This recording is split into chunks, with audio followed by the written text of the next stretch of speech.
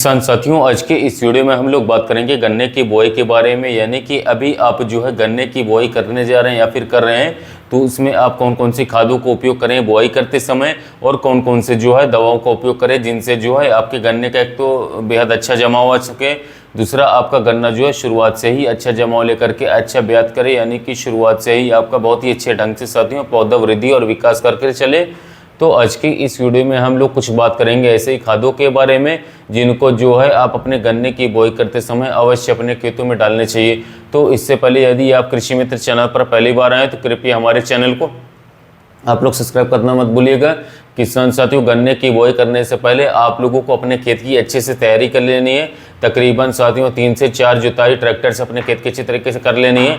जब आपका खेत अच्छी तरीके से रेडी हो जाए, यानी कि जब अपने आखिरी खेत की जुताई कर रहे हो, तो उस समय पर आप लोगों को पहली फर्टिलाइज़र अपने खेत के अंदर डाल देनी है, क्योंकि आपको ऐसे ही बहुत ही तगड़ा रिजल्ट आपको देखने को मिलेगा। जी हाँ किसान साथियों, इस समय जो है यानी कि आप आखिरी जुताई खेत की कर रहे हो, तो उस समय पर आप लोगों को जिप्सम का अपने खेत में उपयोग करना है। किसान साथियों, जो जिप्सम हमारा होता है, जिप्सम के अंदर 2 जो न्यूट्रिएंट्स होते हैं वो बहुत ही ताकतवर होते हैं। एक तो इसके अंदर साथियों कैल्शियम मिल जाता है, तकरीबन 30% के आसपास इसके अंदर किसान साथियों कैल्शियम होता है, और 18% के आसपास इसमें जो है सल्फर की मात्रा होती है। यानी कि साथियों कैल्शियम और जो सल्फर है इसके अंदर प्रचुर मात्रा में वृद्धिमान रहते हैं, और ये काफ़ी सस्ता रहता है, लो कॉस्ट का। यानी कि यदि हम कंपेयर करते हैं जो हम लोग कैल्शियम नाइट्रेट फर्टिलाइजर डालते हैं, मिला कॉम्प्लेक्स डालते हैं, इसके अपेक्षा आप जिप्सम का प्रयोग करेंगे तो आपको बहुत ही अच्छा, बहुत ही शानदार रिजल्ट देखने को मिलेगा। इसकी मात्रा, इसकी डोज तकरीबन आप लोगों को साथियों 1 क्विंटल के आसपास आखिरी जुताई में खेत में बिखेर देने हैं। यानी कि 100 किलोग्राम साथियों आप लोगों को जिप्सम अपने 1 एकड़ खेत के लिए पर्याप्त रहता है, बिखेर देने हैं।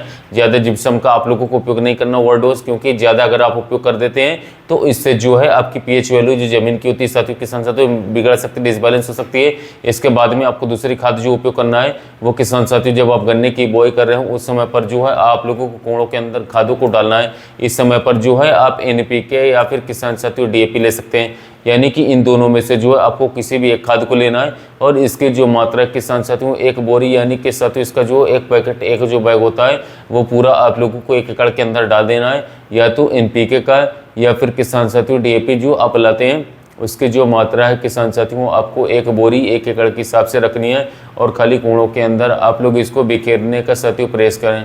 अब इसके बारे में आप लोगों को इसमें दूसरी जो खाद मिलानी साथियों, यानी कि जो आप एनपीके डाल रहे हैं, डीएपी डाल रहे हैं, इसके अंदर तकरीबन आप 10 किलोग्राम इसके अंदर सागरिका भी साथियों मिला करके डाल सकते हैं।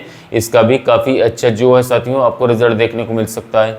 और यदि किसान साथियों आपने जो है जिप्सम का उपयोग नहीं किया गन्ने की फसल में बुआई करते समय, तो आप इस समय पर सल्फर का भी प्रयोग कर सकते हैं। तकरीबन 4 किलोग्राम प्रति एकड़ सल्फर उपयोग कीजिए। WDG वाला 80% वाला, सिंजेंटा का थाइनोट्री आता है, या फिर साथियों आप अडामा का मैंसूल ले सकते हैं 4 किलोग्राम। अगर बेंटोनाइट फॉर्म वाले लेते हैं तो 10 किलोग्राम प्रति एकड़ लें।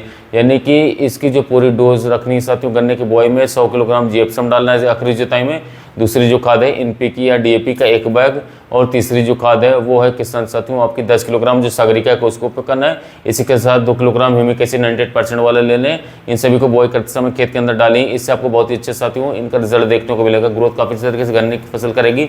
इसके बाद जो दवाओं के बारे में बात करें किसान साथियों, जब आप गन्ने की बुआई करें तो उस समय पर जो है आप कोड़ों के अंदर या तो आप कार्टाप हाइड्रोक्लोराइड डाल सकते हैं, या फिर साथियों आप रीजेंट जो आती है रीजेंट अल्ट्रा इसका उपयोग कर सकते हैं 0.6% जीआर वाला जो हमारा आता है, या फिर सिंजेंटा का वर्टाको को इस्तेमाल करें, या फिर साथियों क्रिस्टल का फ्यूरोडॉन इस्तेमाल करें। इन सभी में से एक का आप उपयोग करना है। करीब 4 से 6 किलोग्राम प्रति एकड़ तक का मात्रा रखना है साथियों। काफ़ी बेस्ट रिजल्ट आप लोगों को देखने को मिलेगा साथियों। दोस्तों कई सारे हमारे कीटनाशक आते हैं, कोई से भी कीटनाशकों को आप लोगों को उपयोग कर लेना है। इसके अलावा साथियों जब हमारी बुआई हो जाए इतने खादों के बाद, तो साथियों आप लोगों को क्या करना है, फिर जब आप 25 से 30 दिनों बाद पहला पानी देंगे तो उस समय पर आपको साथियों फिर 45 से 50 किलोग्राम यूरिया लेना होगा। उसी के साथ आप लोगों को साथियों लेना होगा ह्यूमिक एसिड 98% वाला 3 किलोग्राम प्रति एकड़। इसी के साथ साथियों आप लोगों को मिक्स करना होगा साथियों जो हमारा ह्यूमिक एसिड के साथ इफ्को की सागरिका मिक्स कर सकते हैं, या फिर ह्यूमिक सेल जीआर जो हमारा आता है साथियों ग्रेनुअल वाला 4 किलोग्राम प्रति एकड़ इसके ले सकते हैं। अगर सागरिका मिले 10 किलोग्राम, ह्यूमिक सेल जीआर वाला 4 किलोग्राम प्रति एकड़। इन सभी खादों को आपस मिक्स करके खेत में बिखराव करवा करके फिर सिंचाई करवा देनी है।